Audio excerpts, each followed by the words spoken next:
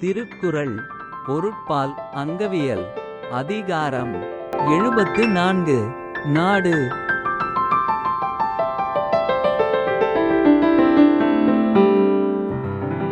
தள்ளா விளையுளும் தக்காரும் தாழ்வு இலாச் செல்வரும் சேர்வது நாடு. குறைவில்லா விளைபொருளும் சிறந்த அறம் மிக்க பெருமக்களும் கேடில்லாத செல்வத்தை பெற்றவரும் கூடி அமையப் பெற்று வாழுமிடமே சிறந்த நாடு எனப்படுவதாகும்.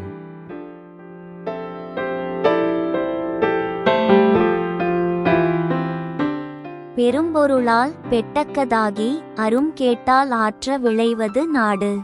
மிகுந்த பொருள்வளத்தை உடையதும் எல்லோராலும் விரும்பத் தகுந்ததான கேடு எதுவும் இல்லாத தன்மையோடும் குடிமக்களுக்கு நல்ல விளைச்சலை தரவல்லதுமாகவும் அமைவதுவே நல்ல நாடு என்பதாகும். பொறை ஒருங்கு மேல் வருங்கால் தாங்கி இறைவற்கு இறை ஒருங்கு நேர்வது நாடு. எதிர்பாரா நேர்வில் புதிய சுமைகள் பலவும் ஒருங்கே வந்தபோதும் அச்சுமையை குடிமக்கள் எதிர்கொண்டு தமக்கான வரியினங்களை அரசிற்கு மகிழ்வுடன் செலுத்தவல்லதான வளம் படைத்ததே சிறந்த நாடு என்ப.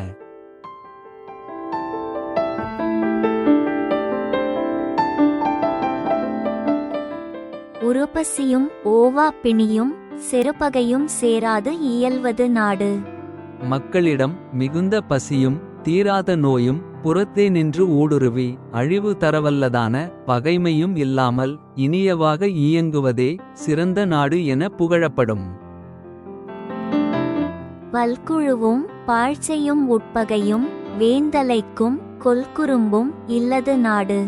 மதம் சாதி அரசியல் என பலவற்றுள்ளும் அநீதியான கருத்துமுரண் கொண்ட குழுக்களும் கூடவே இருந்து அரசை பாழ்படுத்தும் உட்பகையும் கொலை தொழில் செய்து அரசை வருத்தும் சமூக விரோதிகளும் இல்லாது திகழ்வதுவே நாடு என்பதாம். கேடறியா கெட்ட இடத்தும் வளம் குன்றா நாடென்ப நாட்டின் தலை. பகைவரால் கேடு என்பதையே அறியாத போதும் ஒருக்கால் கேடு நிகழ்ந்துவிட்டால் அதனின்று மீண்டெழுந்து சீர் செய்து கொள்ள ஏதுவாய் எப்போதும் குன்றாத வளம் கொழிக்கும் நாடானது நாடுகளில் எல்லாம் தலை சிறந்ததாகும். இரு புனலும் வாய்ந்த மலையும் வரு புனலும் வல் அரணும் நாட்டிற்கு உறுப்பு.